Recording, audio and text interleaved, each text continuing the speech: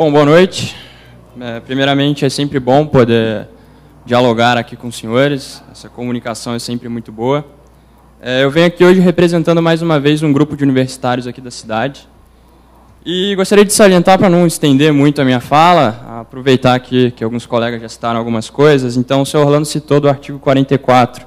E foi proposto, na última audiência, um novo inciso, que seria o inciso 25 para esse artigo, que ele seria redigido da seguinte forma: a realização de projetos, eventos e pesquisas científicas que visem a restauração e recuperação de ecossistemas modificados.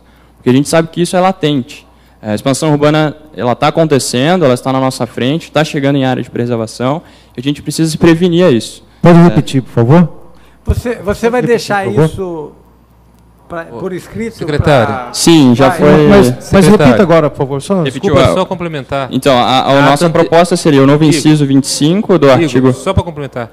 Na audiência anterior já foi proposto, então já consta na ata anterior essa proposta. Ótimo, inciso 25. Tá. O senhor quer que eu repita?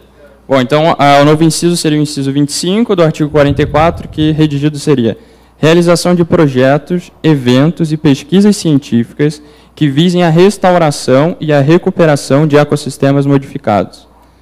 Bom, partindo daí, o nosso grupo de universitários, a gente está começando uma mobilização com relação à gestão pública municipal, e nessa pesquisa que a gente realizou, a gente descobriu um estágio que acontece na Câmara dos Deputados Federais, em Brasília, e o nosso grupo se inscreveu, e o único selecionado fui eu.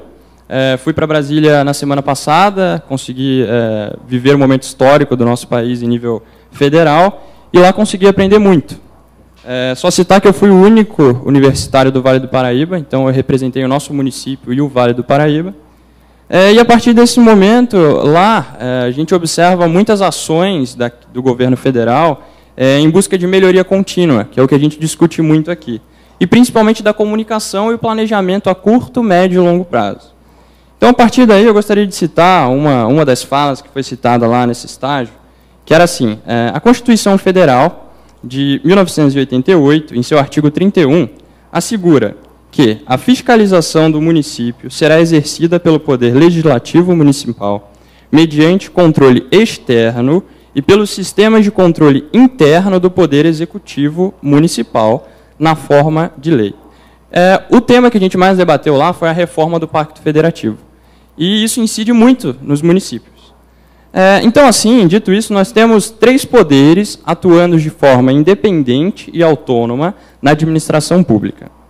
O Poder Legislativo, que aprova os programas de governo e fiscaliza a sua execução.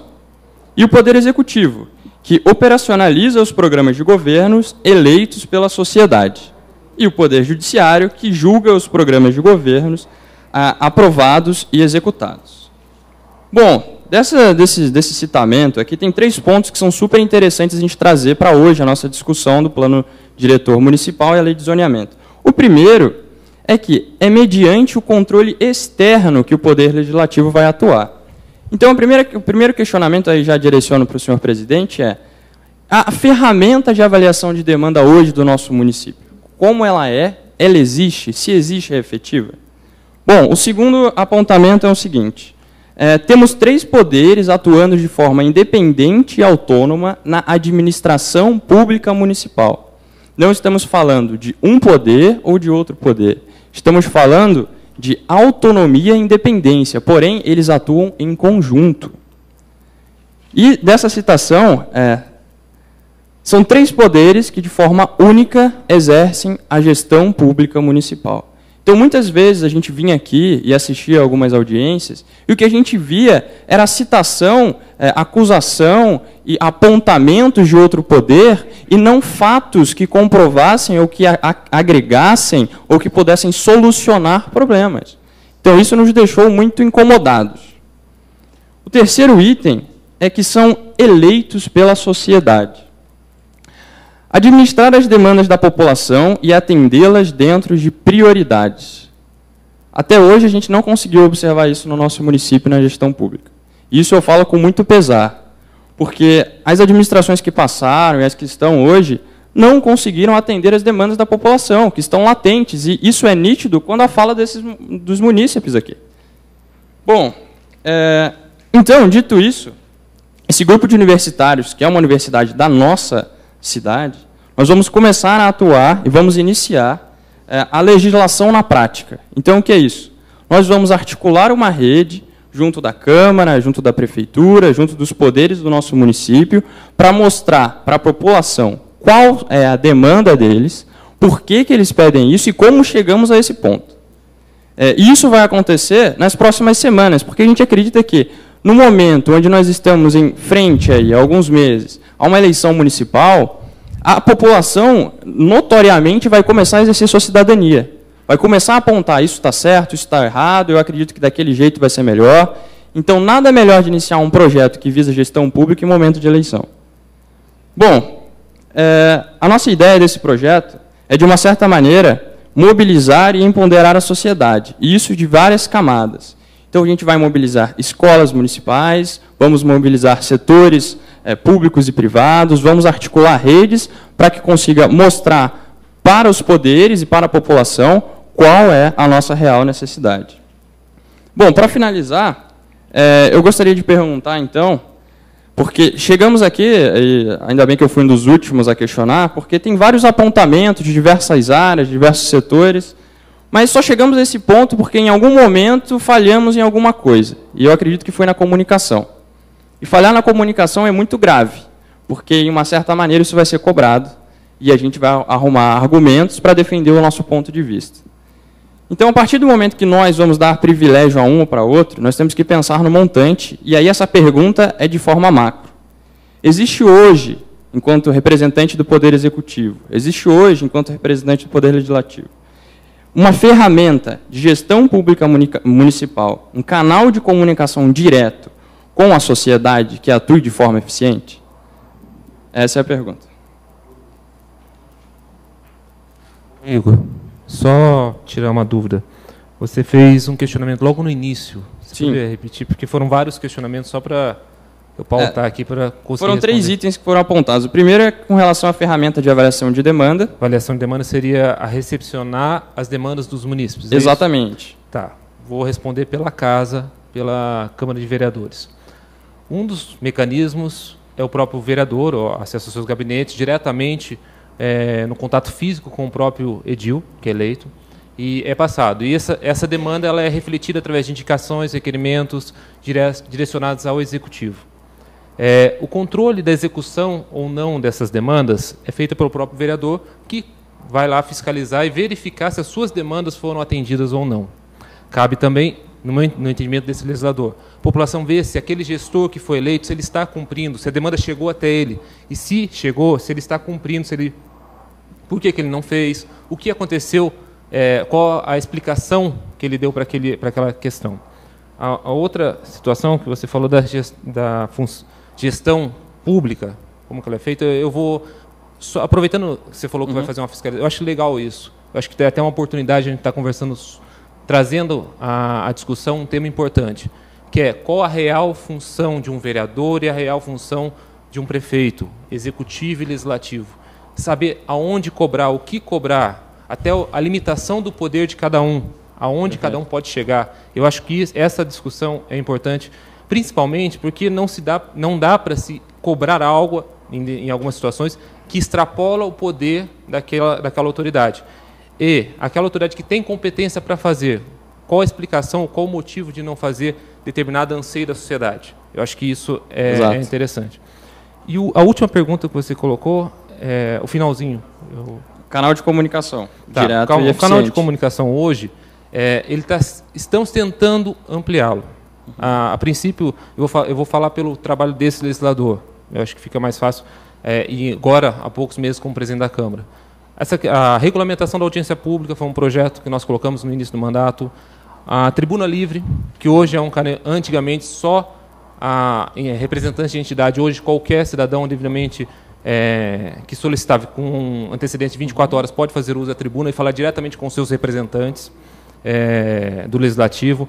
Nós temos mecanismos através de e-mail, que chega diretamente aos vereadores.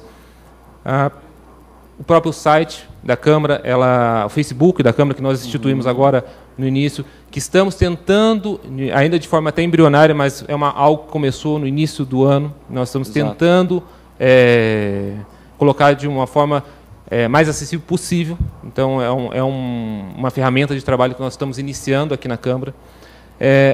Está deficitário? Claro que está. Temos constantemente está melhorando, até sugestões do próprio Flávio, que colocou a questão da audiência pública. Eu acho que isso tem que trazer para a discussão. Nós temos que melhorar a questão, inclusive, das audiências públicas, melhorar a forma da participação popular. E isso a gente vai conseguir na prática. Como você falou, a questão dos erros, apontando, melhorando, a gente melhorando costuma aquilo dizer, que já está, arrumando aquilo que foi equivocado, que não foi bem feito, que a população não conseguiu mostrar as suas necessidades. Então, é nesse sentido. Eu posso falar pelo Legislativo. Quanto ao Executivo, eu entendo que a forma de contato hoje, como vereador, seria através de respostas a requerimentos, indicações, e eu tenho visto muito a questão das redes sociais. Eu não sei se só visualizar resolve. Mas eu sei que hoje, porque daí depende muito, não existe uma questão legal, existe muito um perfil de administração. Sim. E o perfil hoje é de ter acesso a muita informação através das redes sociais. Perfeito, obrigado. Bom, Igor, primeiro parabéns, né, aí pela sua ida aí. A gente fica contente aí que caçapavense. Não, já estou aqui há 12 anos, mas não nasci. Mas então já é caçapavense, então. Cidadão é isso mesmo. Então, a gente fica contente de estar vendo a juventude caçapavense estar atuando nisso daí. Né? Quanto ao que você falou, acho que realmente, os três, né, as três esferas aí, eles têm que estar atuando de maneira, até discutindo muito todas as questões que são colocadas pela sociedade, porém discutindo, mas para chegar numa convergência. Um denominador comum. Um denominador comum. Porque hoje, o que a gente vê muito é a discussão e você já sabendo o resultado final. Entendeu? Que é o resultado por interesse, por desse ou daquele. Não. Esquece-se, às vezes, o interesse público, o interesse do cidadão e do munícipe fica em terceiro caso. Né? Então, hoje, às vezes, você vê, onde você foi mesmo no Congresso, às vezes você tem um projeto muito bom. Sim. E, às vezes, ele não é aprovado porque determinado setor é contra aquilo lá. Sim. Então, isso tem que acabar. O interesse principal tem que ser o povo.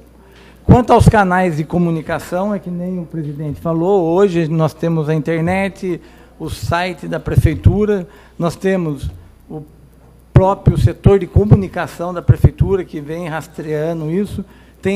O prefeito tem hoje os seus secretários, temos também a chefia de gabinete, em que aquilo lá constantemente está à disposição do munícipe.